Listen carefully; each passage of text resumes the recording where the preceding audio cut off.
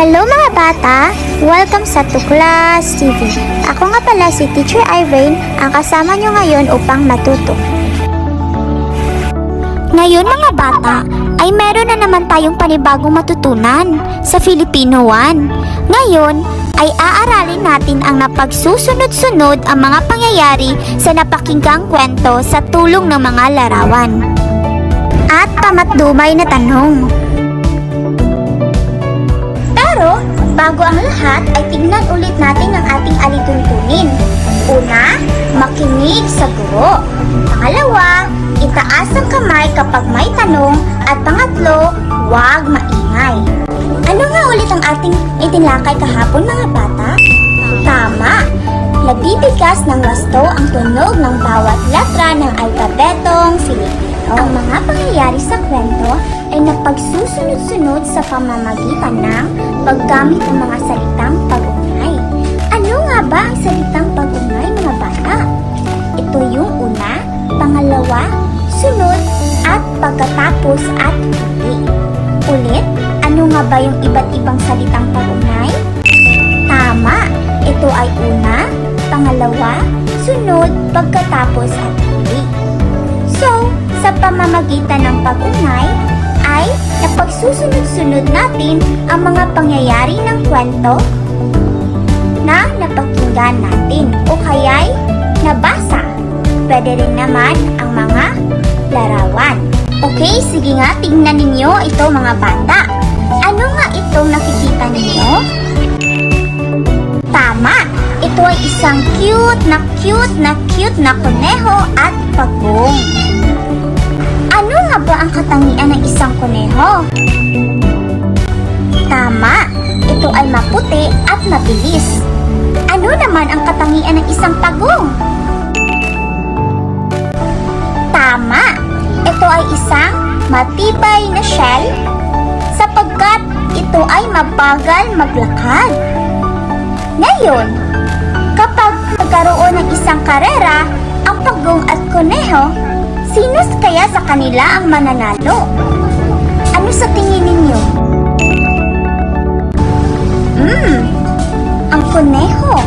Ngayon ay tignan natin iyan. Ngayon ay magbabasa ako ng isang istorya tungkol sa ang karera ni pagong at ni kuneho. Makinig mabuti. Ang karera ni pagong at kuneho. Isang linggo ng umaga, sina pagong at kuneho ay nagkita. Kaibigang pagong, ano kaya kung magkarera tayo? Wika ni kuneho. Oo, sige, tugo ni pagong. Hanggang saan ang ating tatakbuhin? Tanong ni pagong.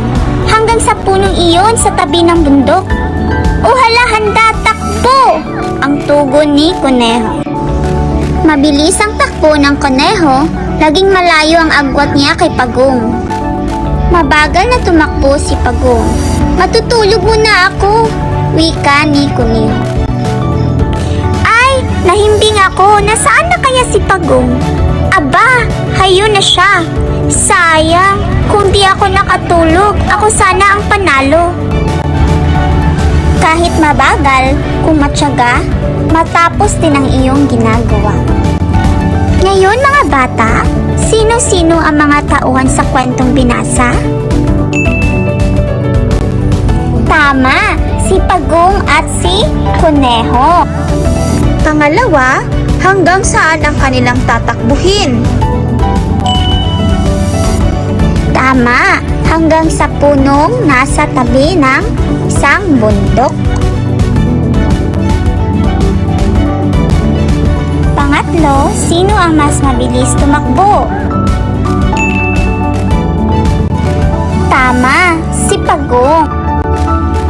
Dahil malayo ang agwat nila, ano ang ginawa ni kuneho?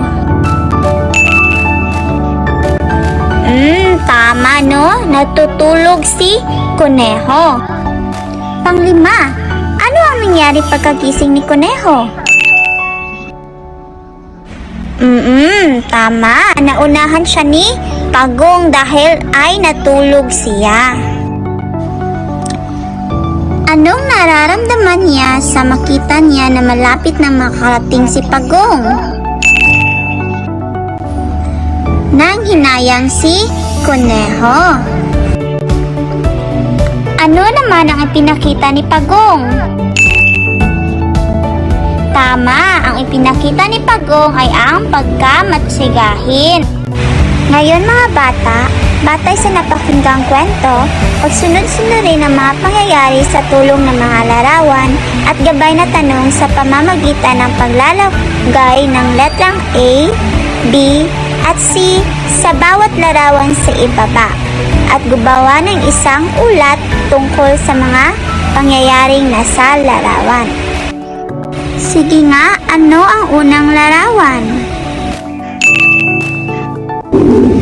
Tama, ang larawan na ito ay nagpapakita na si Pagong at si Kuneho ay nag-uusap muna. Ano naman ang ikalawang larawan?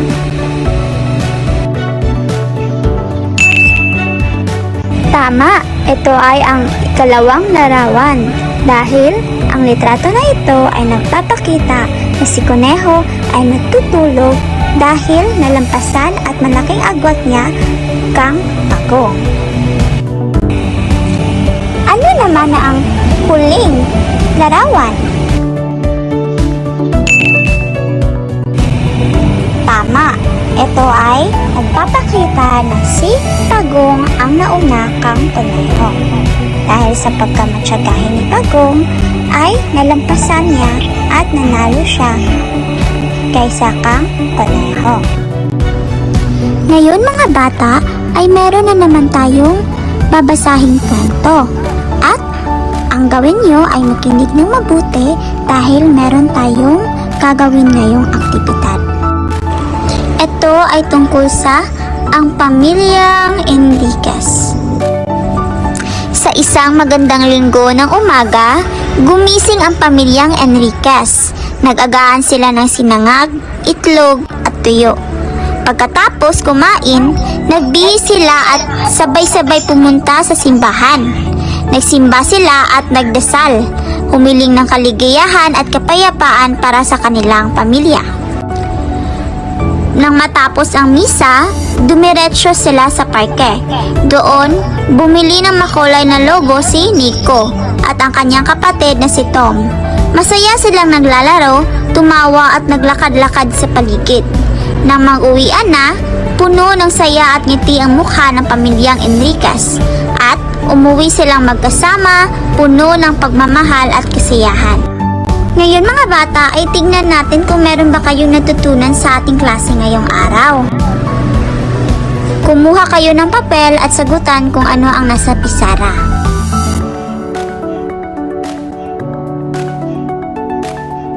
Ngayon mga bata ay ating tingnan kung tama ba ang inyong mga sagot.